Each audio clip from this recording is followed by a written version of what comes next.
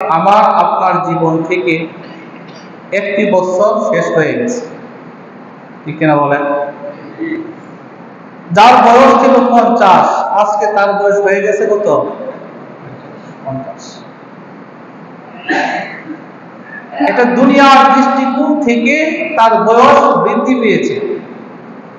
আমার আপনার দুনিয়াবী গণনার দিক থেকে আমার বয়স বৃদ্ধি পেয়েছে, আপনার বয়সও বৃদ্ধি পেয়েছে। যে শিশুর বয়স ছিল 4, তার হয়ে গেছে 5, যার ছিল 5, তার হয়ে গেছে 6। এটা আমাদের গণনা হিসাবে। কিন্তু আল্লাহ তাআলার দৃষ্টিতে দিন যত যাচ্ছে, মাস যত যাচ্ছে, বছর যত যাচ্ছে, বান্দার হায়াত তত কমছে। বান্দার হায়াত কি হচ্ছে? কমছে। আল্লাহ তাআলা যার জন্য 60 বছর নির্ধারিত করে রেখেছেন, তাহলে এই বছর যে 51তম বছরে পা দিয়েছে, দুনিয়াতে আর তার জন্য কয় বছর বাকি আছে? 9 বছর। সেই হিসেবে মানুষের বয়স কি কমছে না বাড়ছে? কমে গেছে। এক মাসের একটা বছরের প্রস্থান আর একটা বছরের আগমন। একটা বছর শেষ হয়ে যাচ্ছে, আরেকটা বছর আমাদের সামনে উপস্থিত হচ্ছে। আজকে 28 তারিখ, আগামীকাল 29 তারিখ, হতে পারে আগামীকালকেই শেষ দিন বা শেষ বছরের শেষ দিন। যেহেতু আরবি মাস 29 অথবা 30-এ যায়, 31-এ যায় না, আবার 28-এও যায় না, হয়তো 29-এ যাবে আর হয়তো 30-এ যাবে। তো 1-2 দিনের ব্যবধানে আমার আপনার জীবন থেকে একটা বছর শেষ হয়ে গেল, আবার আরেকটা বছর আমাকে গ্রহণ করার জন্য সামনে উপস্থিত, সামনে দাঁড়ানো অপেক্ষা করতেছে। এর দ্বারা কি বোঝা গেল? আল্লাহ তাআলা এই মাস শেষ হওয়ার কারণে এই মাস যেন আমাদেরকে বার্তা দিয়ে যাচ্ছে, আমি তোমাদের থেকে বিদায় নিয়ে চলে যাচ্ছি। 1445 হিজরি যেন মানুষকে ডাকতেছে শূন্যভাবে, পরোক্ষভাবে মানুষকে আহ্বান করতেছে, হে বনি আদম, আমি 1 বছর তোমাদের মধ্যে ছিলাম, আমার আয়ু শেষ, আমার বয়স শেষ, আমি তোমাদের থেকে বিদায় নিয়ে চলে যাচ্ছি। তোমাদেরকে স্বাগত জানানোর জন্য, তোমাদেরকে গ্রহণ করার জন্য 1446তম হিজরি অপেক্ষা করতেছে। মাস মানুষদেরকে, বছর মানুষদেরকে আহ্বান করতেছে প্রতি বছর। আবার মাস যখন চলে যায়, মাস আহ্বান করে, মাস মানুষদেরকে ডাকে। প্রতিটা দিন, প্রতিটা রাত, দিন যখন শেষ হয়ে যায়, এই দিন মানুষকে বলে, মানুষ আমি চলে যাচ্ছি, রাত চলে এসেছে। কাজেই দিনের বেলা যে তুমি কি কাজ করেছো একটু চিন্তা করো। আবার রাত শেষ হয়ে গেলে, রাত শেষ বেলায় মানুষকে ডাক দিয়ে বলে, আমি রাতে চলে যাচ্ছি, দিন চলে আসতেছে। কাজে রাতের বেলা তুমি কি করেছো তুমি একটু চিন্তা করো। রাসূলুল্লাহ সাল্লাল্লাহু আলাইহি ওয়াসাল্লাম বলছেন, কুল্লুন নাস ইয়াকুতু, প্রত্যেক মানুষ সকাল যাপন করে, প্রত্যেক মানুষের সকাল হয়, ভোর হয়।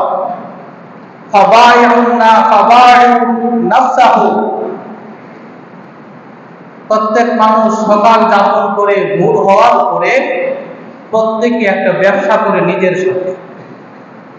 কথাটা খেয়াল করেন। রাসূলুল্লাহ সাল্লাল্লাহু আলাইহি ওয়াসাল্লাম বলেন, কুল্লুন নাসি ইয়াবুদু, প্রত্যেক মানুষই সকাল যাপন করে, প্রত্যেক মানুষেরই ভোর হয়। ফাবায়ুন নাফসাহু, তারপরে সে নিজের সাথে একটা ব্যবসা করে। মানুষ নিজের সাথে কি করে? ব্যবসা করে। অতঃপর সে ওই ব্যবসার মধ্যে লাভবান হয় অথবা সেই ব্যবসার মধ্যে ক্ষতিগ্রস্ত হয়। রাসূলুল্লাহ সাল্লাল্লাহু আলাইহি ওয়াসাল্লাম বলছেন যে মানুষ যখন ঘুম থেকে উঠে সকাল হয়ে যায়, সে তখন দুজনের সাথে চুক্তিতে আবদ্ধ হয়। একটা চুক্তি হয় আল্লাহ তাআলার সাথে, আরেকটা চুক্তি হয় শয়তানের সাথে। ফাবাইউন নাফসাহু, সে নিজেকে বিক্রি করে দেয় দুজনের সাথে। রাসূলুল্লাহ বলছেন যে ব্যক্তি নিজে আনুগত্য প্রকাশ করে আল্লাহ তাআলার ভয়ে আল্লাহর হুকুম পালন করার অঙ্গীকার ব্যক্ত করে সকালটা যাপন করে, এই সকালবেলা অঙ্গীকার করে সে যেন আল্লাহ তাআলার কাছ থেকে ধ্বংস হওয়া থেকে সে বেঁচে গেল। সুবহানাল্লাহ বলেন। আর যে আল্লাহর হুকুম পালন না করে গুনাহের কাজে সে অংশগ্রহণ করে, সে যেন শয়তানের প্ররোচনায় পড়ে নিজেকে ধ্বংস করে দিল। এটা হলো ব্যবসা। তার মানে আল্লাহর সাথে ব্যবসা করলে বান্দা হবে লাভবান, আর শয়তান বা ইবলিসের সাথে চুক্তিতে আবদ্ধ হলে ব্যবসা করলে বান্দা হবে ক্ষতিগ্রস্ত, তার জীবন হবে ধ্বংস। কথা ঠিক কিনা বলেন? এই যে মাস বা বছরগুলো চলে যাচ্ছে, এভাবে মানুষের জীবন থেকে দিন যায়, রাত আসে, সপ্তাহ যায়, মাস আসে, মাস যায়, আবার বছর আসে, বছর অতিবাহিত হয়ে যায়। এভাবে একদিন মানুষের জীবন প্রদীপ শেষ হয়ে যায়। মানুষের জীবন থেকে তার যে আয়ু, তার যে বয়স আল্লাহ তাআলা মানুষকে দিয়েছেন, এই বয়সও একদিন মানুষের জীবন থেকে দিন রাত যেমন চলে যায়, সপ্তাহ মাস যেমন চলে যায়, বছর যেমন চলে যায়, মানুষের জীবন থেকে একদিন তার হায়াত এটাও চলে যাবে। একটা বছরের প্রস্থান, একটা বছরের চলে যাওয়া জ্ঞানী যারা বুদ্ধিমান, তাদের কাছে একটা বার্তা পৌঁছে, তাদের কাছে একটা মেসেজ পৌঁছে, একটা আবেদন থাকে বছরের, বিদায়ী বছরের। এই বছরটা যেন বান্দাকে বলতেছে, হে বনি আদম, এই একটা বছর তুমি তোমার জীবন অতিবাহিত করেছ, এখন নিজে একটু আত্মসমালোচনা করো। প্রত্যেক কাজের শেষে মানুষ একটা হিসাব করে কিনা? হ্যাঁ, বিবাহের অনুষ্ঠান করলে বিবাহের অনুষ্ঠানে মানুষদেরকে দাওয়াত দিয়ে খাওয়ানো হয়, শত শত হাজার হাজার মানুষকে খাওয়ানো হয়, হয় কি হয় না? কত বলেন, হয় কি হয় না? ব্যবসা করে, ব্যবসায়িক প্রতিষ্ঠান যারা চালান, সারাদিন ব্যবসা করে, রাতে যখন দরজাটা ব্যবসা বন্ধ করে দিবে, দোকানের যখন লাগায় দিবে, দোকান লাগানোর আগে সে জানে আমার ব্যবসার সময় শেষ, এখন চলে যেতে হবে, তখন সে তার ব্যবসায়িক হিসাবের খাতাটা খোলে কিনা? হ্যাঁ, করে দেখে যে আজকে এই সারাদিন কত টাকা আমার লাভ হয়েছে আর কত টাকা ক্ষতি হয়েছে, আজকে সারাদিন আমি কতটুকু পণ্য বিক্রি করতে পারলাম, আমার ব্যবসায়িক আমার সার্থকতা কতটুকু আর ব্যর্থতা কতটুকু। যদি ব্যবসাটা ভালো হয়, সে চিন্তা করে আরো কিভাবে ভালো করা যায়। কথা ঠিক আছে না বলেন? লাভ যদি একদিন 500 টাকা হয়, তখন সে চিন্তা করে আগামীকাল আরেকটু বেশি করতে হবে। তার ব্যবসায়িক সাফল্য কিভাবে আছে, পারিবারিক সাফল্য কিভাবে আছে, এই চিন্তা সে করে থাকে।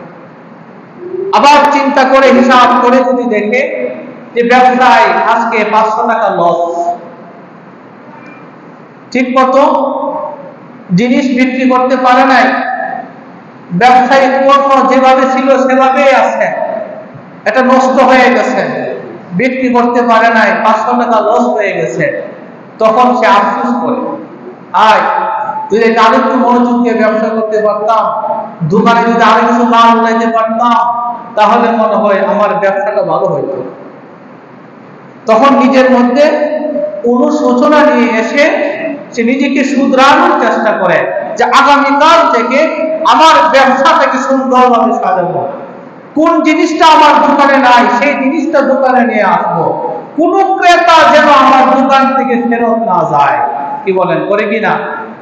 যে বুদ্ধিমান ব্যবসায়ী সে প্রত্যেকটা আইটেম তার দোকানে রাখবে। মুদির দোকান যাদের আছে ওনাদের কাছে গেলে সব ধরনের আইটেম পাওয়া যায়, 1 টাকার জিনিসটাও সেখানে পাওয়া যায়।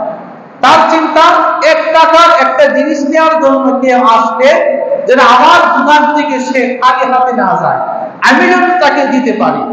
এই চিন্তা প্রত্যেকটা ব্যবসায়ী করে কি করে না বলে? এটা দুনিয়ার হিসাব, দুনিয়ার সাফল্যের জন্য, দুনিয়ার লাভের জন্য বান্দা ব্যবসায়িক লোভ চায় না, ব্যবসার মধ্যে সে লাভবান হতে চায়।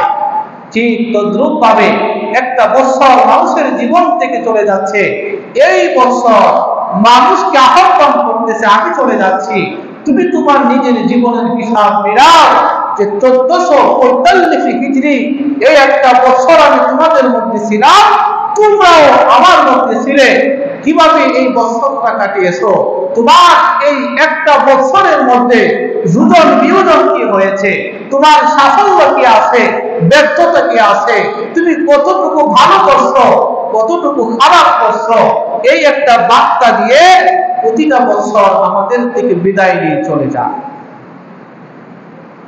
কিন্তু আমরা কি করি? আমরা প্রতি বছর এই বয়ান করি, বছর কি মেসেজটা দেয় সেই কথাগুলো আমরা বলি, কিন্তু আমরা সেই বয়ান থেকে, বছরের সেই পয়গাম থেকে, আবেদন থেকে আমরা শিক্ষা গ্রহণ করি না, নিজেকে নতুন ভাবে সাজানোর চিন্তা করি না, দিন দিন শুধুমাত্র দুনিয়াবী চিন্তায় বিমূঢ় থাকি।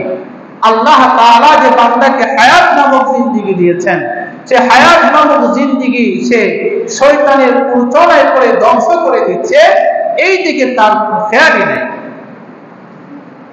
নারী পুরুষ সবাই একই দিকে ছুটতেছে, সবাই গুনাহের দিকে ধাবিত হচ্ছে, অথচ বান্দার হিসাব করা উচিত ছিল একটা বছর আমি কতটুকু নেক আমল করেছি, কতটুকু খারাপ আমল করেছি। যদি বান্দা হিসাব করে যে 1 বছরে আমার নেকের পাল্লা হয়ে ভালো বাড়ি হয়ে গেছে, তখন সে চেষ্টা করবে আমাকে আরো ভালো করতে হবে, আমাকে আরো ভালো আমল করতে হবে, আমাকে আরো ভালো ব্যবহার করতে হবে, সমাজের সাথে আমার সুসম্পর্ক রাখতে হবে, আত্মীয় স্বজনের সাথে আমার ভালো সম্পর্ক রাখতে হবে। যদি চিন্তা করেন যে এই 1 বছরে আমি কতজন মানুষের উপকার করেছি, হিসাব, নিজের জীবনের হিসাব মিলান, যে একটা বছর তো চলেই গেল, 1 বছরের হিসাব কি হবে না? এই কথা বলেন, হবে না? আমার আমলের হিসাব, নেক আমলের পাল্লাটা যদি হালকা হয়ে যায়, তাহলে আমি ব্যর্থ একজন মানুষ, আল্লাহর বান্দা হিসেবে আমি ব্যর্থ। মানুষের জীবনের হিসাব যদি আপনি মেলান, আপনি একটু দেখেন তো যে 1 বছর তো চলেই গেল, আমি এই 1 বছরের মধ্যে আমি কতজন মানুষের উপকার করেছি। একটা সফলতার দিক আপনি একটু হিসাব করেন, যে 12টা মাসের মধ্যে প্রথম মাসে আমি কতজনের উপকার করেছি, দ্বিতীয় মাসে কতজনের উপকার করেছি। বলেন তো, উপকার করা সওয়াবের কাজ না গুনাহের কাজ? ভালো না মন্দ? তো হিসাবটা একটু করেন তো, কোন নারী পুরুষ সবাই যদি হিসাবটা করে যে আল্লাহ তাআলা বান্দাকে বলতেছেন ইয়া আইয়ুহাল্লাযীনা আমানুত্তাকুল্লাহ ওয়াল তানজুর নাফসুম মা কদ্দামাত লিগাদ, হে ঈমানদারেরা একটু চিন্তা করো, একটু তুমি খেয়াল করে দেখো তুমি আগামী জীবনের জন্য, ভবিষ্যৎ জীবনের জন্য তুমি কি আমল প্রেরণ করেছো। দুনিয়ার ভবিষ্যতের জন্য তো কত কিছু করা হয় না? দুনিয়ার ভবিষ্যতের জন্য আপনি এতটা বুঝলেন, হালাল হারাম চিন্তা করলেন না, নিজের জীবনের ভবিষ্যতের জন্য, সন্তানের ভবিষ্যতের জন্য, আপনি দুনিয়াবী ভবিষ্যতের জন্য কত কিছু করতেছেন। আপনি হালাল হারাম দেখলেন না, যা ইচ্ছা তাই করতেছেন, কিন্তু আল্লাহ তাআলা বলতেছে দেখো এই একটা বছর দিয়ে চলে যাচ্ছে, একটু হিসাব করে মিলাও, তুমি যে দুনিয়া থেকে চলে যাবে, তোমার জীবন থেকে যে একটা বছর অতিবাহিত হয়ে গেল, তুমি এক বছরের মধ্যে কতটুকু নেক আমল করেছো। উদাহরণ হিসেবে বলছিলাম কতটুকু, কতজন মানুষের উপকার এক বছরে করেছে। আজকাল তো উপকার করতে চায় না মানুষ, কি বলে উপকার করতে চায়, উপকার করতে চায়। মানুষ এমন বেঈমান নিমুখারাম হয়ে গেছে, আল্লাহর সাথে নাফরমানি, বান্দার সাথে নাফরমানি। আর যে আল্লাহর সাথে নাফরমানি করবে, বেঈমানি করবে, সে মানুষের সাথে বেঈমানি করবে, এটাই তো স্বাভাবিক। হ্যাঁ, আল্লাহ তাআলা বলতেছেন বান্দা এই দুনিয়াতে উপকার, একজনের পাশে আরেকজন দাঁড়ানো, একজন মানুষের বিপদগ্রস্ত হইলে তার পাশে দাঁড়ানো, একটা মানুষ দুঃখ কষ্টে থাকলে তার পাশে দাঁড়ানো, বিভিন্ন আঙ্গিকে মানুষের উপকার করা যায়, যায় না? কথার কথা একটা মানুষ রাস্তা চিনে না, তাই একটা রাস্তা দেখাই দিচ্ছেন যে এইভাবে যান, এটা একটা উপকার, উপকার না? এরকম উপকারের মধ্য থেকে আপনি দেখেন এক বছরে কতজনের উপকার করছেন। যদি হিসাব করে দেখেন এক বছরে উপকারের খাতা আপনার শূন্য। এখন দেখেন আপনি এক বছরে কতজনের ক্ষতি করছেন, কতজনের ক্ষতি করছেন দেখেন। হিসাব মিলালে দেখবে উপকারের চেয়ে ক্ষতির সংখ্যা আমলনামার মধ্যে বেশি। কথা কোন ঠিক কিনা? আল্লাহ তাআলা বলেন যদি বান্দা তুমি দেখো তোমার উপকার এক বছরে বেশি হয়ে গেছে, তুমি চেষ্টা করো তোমার উপকারের মাত্রা যেন আরো বাড়াইতে পারো। সুবহান। আর যদি ক্ষতির সংখ্যা বেশি হয় তওবা করো। যালিকা দ্বীনুল কাইয়্যিম ফালা তাজলিমু ফীহিন্না আনফুসাকুম। এই যে সম্মানিত মাস মুহররম মাস চলে আসছে, এক বছর শেষ হয়ে গেছে, আল্লাহ তাআলা বান্দাকে ডাকতেছেন এই সম্মানিত মাসগুলোতে নিজেদের উপরে তোমরা জুলুম করিও না। নিজেদের উপরে কি করো না? জুলুম করো না। আচ্ছা, নিজের উপর নিজের জুলুম করার অর্থ কি? কেউ নিজেকে নিজে মারে, এই কথা কোন? নিজেকে নিজে কেউ মারে, লাঠি নিয়ে নিজেকে নিজে কেউ বাইরায়, তো নিজের উপর নিজে জুলুম করা, এই কথার অর্থ কি? আল্লাহ তাআলা বলতেছেন ফালা তাজলিমু ফীহিন্না আনফুসাকুম, তোমরা নিজেরা নিজেদের উপরে জুলুম করো না, অত্যাচার করো না। আবার আমরা দোয়া করি, দোয়ার মধ্যে বলি, নামাজের মধ্যে শেষ বৈঠকের মধ্যে আমরা দোয়ায়ে মাগফিরাত করি কিনা? আল্লাহুম্মা ইন্নী যালামতু নাফসি যুলমান কাসীরা। দোয়া করি রব্বানা যালামনা আনফুসানা। এখনো আসতেছে আল্লাহ আমরা নিজের উপর নিজে জুলুম করছি, আল্লাহ আমরা যে জুলুম করছি এই জুলুম যদি আপনি মাফ না করেন তাহলে কে মাফ করবে? দোয়াগুলো করি না আমরা? তো আল্লাহ তাআলা দোয়া শিক্ষা দিয়েছেন বান্দাকে, আবারও বলতেছেন তোমরা নিজেরা নিজেদের উপর জুলুম করিও না। এর অর্থ কি? এর অর্থ হলো বান্দা নিজের উপর জুলুম করার অর্থ হলো যে বান্দা যখন গুনাহ করে, বান্দা যখন কি করে? গুনাহ করে, যে কোনো প্রকারের গুনাহ যখন বান্দা করে, এই গুনাহ করাটাই বান্দা নিজের উপর নিজের জুলুম করা। গুনাহ করাটা বান্দার কি? নিজের উপরে নিজে জুলুম করা। আল্লাহ বলতেছেন নিজেরা নিজেদের উপরে জুলুম করো না। তো এই যে জুলুম আমি আমার উপরে করতেছি, আল্লাহ নিষেধ করতেছেন, তা আমরা একদিকে নিজেকে নিজে ধ্বংস করতেছি, অপরদিকে আল্লাহ তাআলার হুকুমকেও মানতেছি না। কথা ঠিক কিনা বলেন? তো আল্লাহ তাআলা এই যে আমাদের জীবন থেকে একটা বছর কি করে দিলেন, বিদায় করে দিচ্ছেন, আরেকটা বছরের আগমন হচ্ছে, এখান থেকে আমাদের কি শিক্ষা নিতে হবে? শিক্ষাটা হলো এই, আমার নিজের জীবনের হিসাব একটু মিলাইতে হবে, আমি কতটুকু নেক আমল করছি এই এক বছরে, আর কতটুকু গুনাহের কাজ করছি এক বছরে। নেক আমল যদি আমার ভালো হয়, বেশি হয়, আরো বেশি করার চেষ্টা করতে হবে। যদি গুনাহের কাজ বেশি হয়, গুনাহ কমানোর চেষ্টা করতে হবে। তওবার মাধ্যমে আল্লাহর কাছ থেকে গুনাহ মাফ করায়া নতুন ভাবে নতুন বছরকে আল্লাহর ইবাদত বন্দেগীর মাধ্যমে শুরু করতে হবে, ঠিক কিনা বলেন? এজন্য আল্লাহ রাব্বুল আলামিন তার প্রিয় হাবিব মুহাম্মদুর রাসূলুল্লাহ সাল্লাল্লাহু আলাইহি ওয়াসাল্লামকে দোয়া শিক্ষা দিয়েছেন আর বলেছেন, আমার বন্ধু, যখন নতুন চাঁদ আকাশে উদিত হবে তখন আপনি আমার কাছে নতুন বছরের জন্য দোয়া চান। সুবহানাল্লাহ। প্রত্যেক বছর প্রত্যেক মাসে আল্লাহ তাআলা নতুন চাঁদ আকাশে উদিত করেন, কারণ আল্লাহ তাআলার কাছে নির্ধারিত মাস হলো 12টি।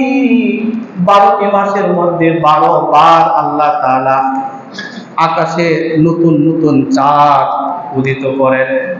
আল্লাহ রাসূল সাল্লাল্লাহু আলাইহি ওয়াসাল্লাম সে আকাশে যখন চাঁদ উদিত হইত, তার মানে প্রতি বছরের শুরুতে যদি আকাশে চাঁদ উদিত হয়, তাহলে সেই চাঁদটাকে পুরা বছরের জন্য যেন বান্দার জন্য রহমত, বরকত, শান্তি, নিরাপত্তা হয়, আল্লাহ তাআলার কাছে সেই দোয়া করেছেন। বলেন সুবহানাল্লাহ। আবার প্রতি মাসে যখন সেই চাঁদটা উঠে, আল্লাহ রাসূল সেই চাঁদ তার সঙ্গে দোয়া করছেন, এই নতুন চাঁদ যতদিন থাকবে এই মাসে আমাদেরকে চাঁদটাকে আমাদের জন্য নিরাপত্তার চাঁদ বানান, আমাদের জন্য শান্তির চাঁদ বানান, আমাদের জন্য ঈমানের চাঁদ বানান, আমাদের জন্য শান্তি শৃঙ্খলার চাঁদ আমাদের জন্য বানায় দেন। সুবহানাল্লাহ। আল্লাহ রাসূল দোয়া করতেন, আল্লাহুম্মা ইল্লাহু আলাইনা বিল ইউমনি ওয়াল ঈমানি ওয়াস সালামাতি ওয়াল ইসলামি রাব্বুনা ওয়া রাব্বুকাল্লাহ। দোয়া করতেন, হে আল্লাহ, আহিল্লাহু আলাইনা, এই নতুন চাঁদ, নতুন হেলালকে, হেলাল অর্থ চাঁদ, হেলাল অর্থ কি? চাঁদ। এই চাঁদকে আমাদের জন্য বিল ইউমনি ওয়াল ঈমানি, আমান ও ঈমান, আমান ও ঈমান, আমান মানে নিরাপত্তা, ঈমান মানে ঈমান, বিশ্বস্ততা, আমাদের জন্য এই চাঁদকে নিরাপত্তার চাঁদ বানায় দেন। সুবহানাল্লাহ বলেন। আমাদের জন্য এই চাঁদকে ঈমান যেন আরো মজবুত হয় এরকম চাঁদ বানায় দেন। ও সালামাতি ওয়াল ইসলামি, এই চাঁদটাকে আমাদের আত্মসমর্পণের চাঁদ বানান, শান্তির চাঁদ বানান। তারপরে চাঁদের দিকে লক্ষ্য করে আল্লাহ রাসূল বলতেন, রব্বি ওয়া রাব্বুকাল্লাহ, হে চাঁদ, আল্লাহ আমার রব তোমার রব। সুবহানাল্লাহ বলতেন। আগে বলতেছেন, চাঁদকে বলতেছেন, রব্বি ওয়া রাব্বুকাল্লাহ, হে চাঁদ, তুমি মনে করো না তোমাকে আমাদের জন্য শান্তির চাঁদ বানাবে, নিরাপত্তার চাঁদ বানাবে, ঈমানের চাঁদ বানাবে, এর মানে তোমার কোনো বিশেষত্ব আছে না।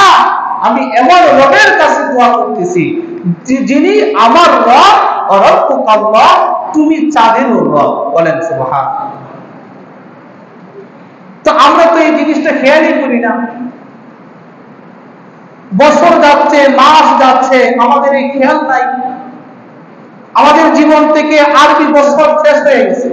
আমরা এই সমাজ বলেন, রাষ্ট্র বলেন, খুব বেশি হলে 3 থেকে 4% মানুষ মনে হয় চাঁদের কবরটা রাখে।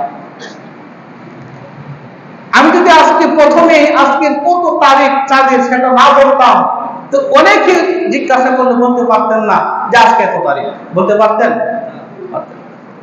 তো আমাদের মুসলমানিত্বের কতটুকু আমরা নিচে পড়ে গেছি একটু চিন্তা করছি।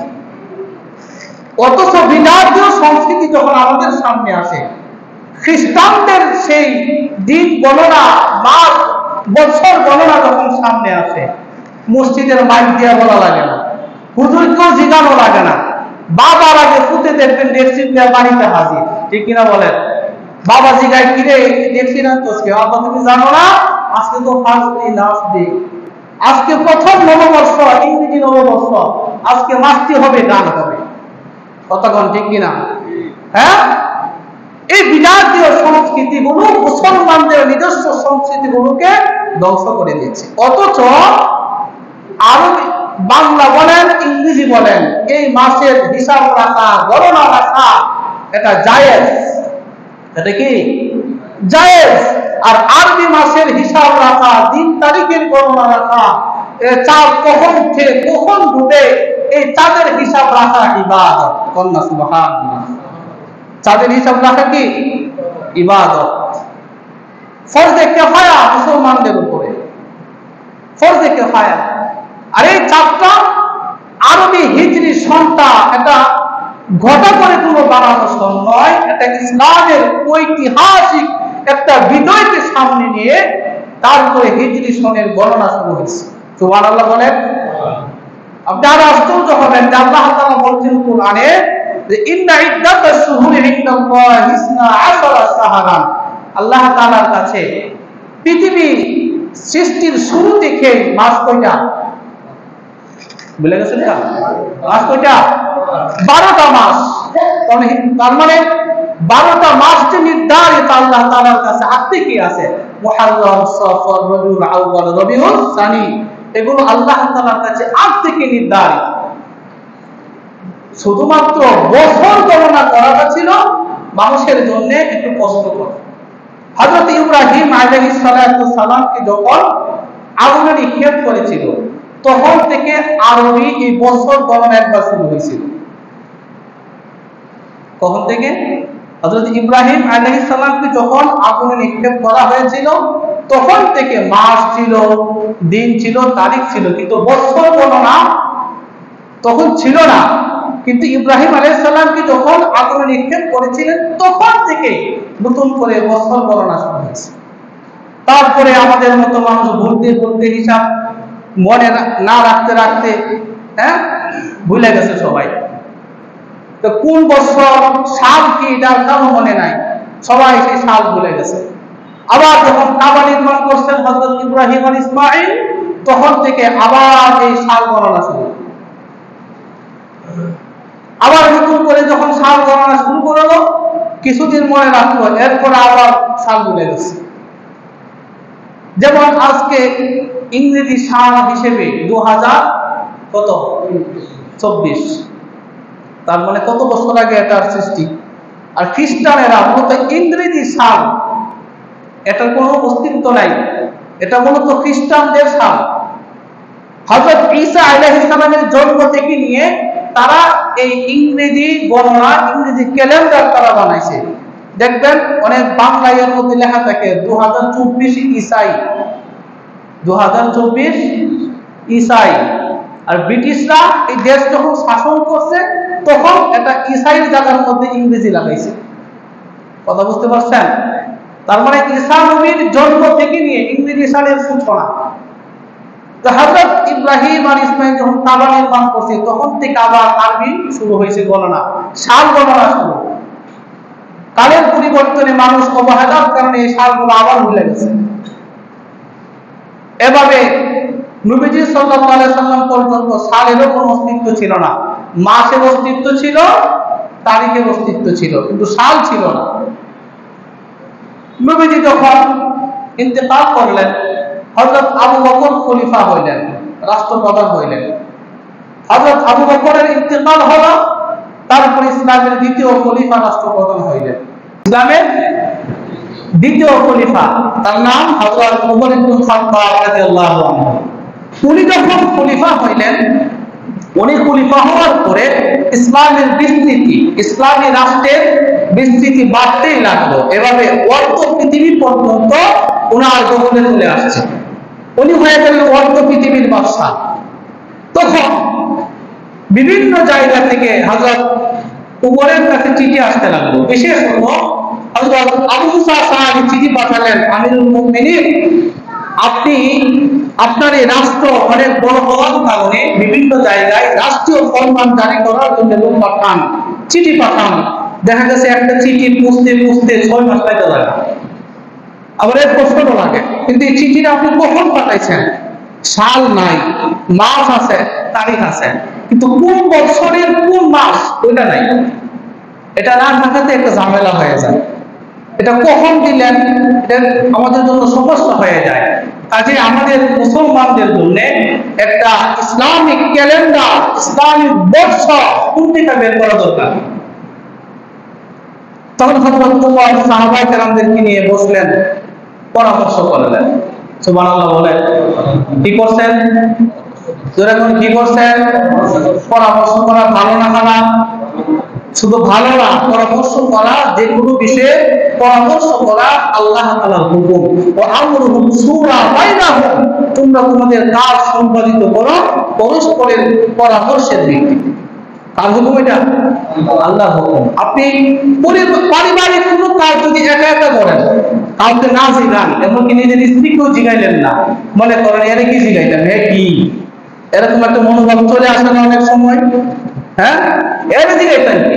এর আরেক বেলা মাইয়া আমার ঘরে এসে খাওয়াই পড়াই না দেখে একটু বেশি, আবার কাজ আমি তোমার জিগাও লাগবো।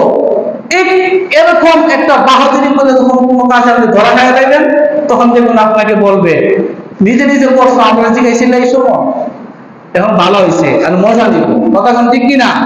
কিন্তু আল্লাহর হুকুমের পরামর্শের বিধানটা যদি পালন কইরা আপনি আপনার মতটাই ঠিক থাকবে, কিন্তু একটু যদি পরামর্শ করেন স্ত্রীর সাথে এমন কাজটা করতেন, কি বলো, তার কথাটা যদিও গ্যারান্টি হবে না, গ্যারান্টেড হবে না, আপনার কাছে গ্রহণযোগ্য হবে না, কিন্তু একটু জিগায় কাজটা করছেন, কিন্তু পরবর্তীতে থইটা গেলে দাও সে আপনার পাশেই থাকবে, কথা ঠিক কিনা বলেন?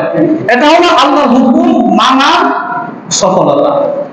হযরত ওমর পরামর্শ করলেন কি বলা যায়, সাল কখন থেকে গণনা করব। তো একজন বিভিন্ন কথা বললেন। একজন বলল, তো আমরা নবীজি যেদিন জন্মগ্রহণ করছে, যে বছরে জন্মগ্রহণ করছে, ওই বছরটাকে বছরের প্রথম সাল গণনা করে আমরা শুরু করতে পারি। হযরত ওমর এটা গ্রহণ করলেন না। আরেকজন বললেন, নবীজি যেদিন ইন্তেকাল করছে ওই দিনটাকে বছর শুরু করে গণনা শুরু করতে পারি, এটাও গ্রহণ করলেন না। এক একজন এক একটা মন্তব্য বা পরামর্শ দিতে লাগলেন। হযরত আলী রাদিয়াল্লাহু তাআলা আনহু দাঁড়ায় বললেন, আমিরুল মুমিনিন রাসূলুল্লাহ সাল্লাল্লাহু আলাইহি ওয়াসাল্লাম যে বছর মক্কা থেকে মদিনাতে হিজরত করে গিয়েছিলেন, আমার মনে হয় ওই বছরটাকে বছরের প্রথম ধরে গণনা শুরু করলে ভালো হয়। সেটা কোন না? সুবহানাল্লাহ। তখন নবীজির ইন্তেকালের প্রায় 17 বছর পরে, নবীজির হিজরতের প্রায় 17 বছর পরে এই কাহিনী। তখন হযরত ওমর রাদিয়াল্লাহু আনহু হিজরতের এই বছরটাকে গ্রহণ করলেন। কেন? হিজরতটা মুসলমানদের মধ্যে সত্য এবং মিথ্যার পার্থক্যকারী একটা ইতিহাস। সুবহানাল্লাহ। ওই দিনটার মধ্যে অনেক ঐতিহাসিক বিষয় আছে, গুরুত্ব আছে, তাৎপর্য আছে। এটাকে গ্রহণ করে হিজরতের সালটাকে প্রথম ধরে আজ পর্যন্ত এই হিজরতের গণনা, হিজরি সালের গণনা হিসেবে 1445 হিজরি, আজকে 18 জিলহজ পর্যন্ত চলে আসছে। সুবহানাল্লাহ বলেন। এজন্য উলামায়ে কেরাম একমত যে আরবি মাসের এই দিন তারিখ গণনাগুলো হিসাব রাখা প্রত্যেক মুসলমানের উপরে ফরজে কিফায়া। ফরজে কিফায়া। জানাজার নামাজ পড়া কি ফরজে কিফায়া? সব হবে কি হবে না? সব হবে। যারা এই গণনাগুলো রাখবে তাহলে ফরজে কিফায়া সওয়াব আল্লাহ তাআলা তাদের আমলনামায় দিয়ে দিবেন। তো আমাদের আজকের শিক্ষা, আজকের সওয়াব, আজকের আমল কি হবে? মুহররম মাস সামনে আসতেছে, হিজরি 1446 হিজরি আমাদের সামনে উপস্থিত, আর 1-2 দিন বাকি। আর 45 হিজরি বিদায় নিচ্ছে। আমাদের সবক হবে নিজের জীবনকে নতুন ভাবে শুরু করার সবক নেওয়া, ঠিক কিনা বলেন? আবার মুহররম মাস যখন চলে আসবে, মুহররম মাসের আমল হবে 1 নাম্বার, যে কোনো দিন মুহররম মাসে অধিক পরিমাণে রোজা রাখা। রাজি আছেন ইনশাআল্লাহ? এরপরে আরো গুরুত্বপূর্ণ কথা আসবে ইনশাআল্লাহ। মুহররম মাস সামনে আসবে। মুহররম মাসের সম্মান মর্যাদা আল্লাহ তাআলা দিয়েছেন, আমরা এই মাসটাকে মর্যাদা দেব, সম্মান দেব, সম্মান দিয়ে গুনাহের কাছ থেকে বিরত রাখবো। আল্লাহ তাআলা আমাদের সবাইকে তৌফিক দান করুন। সকলে বলে আমিন।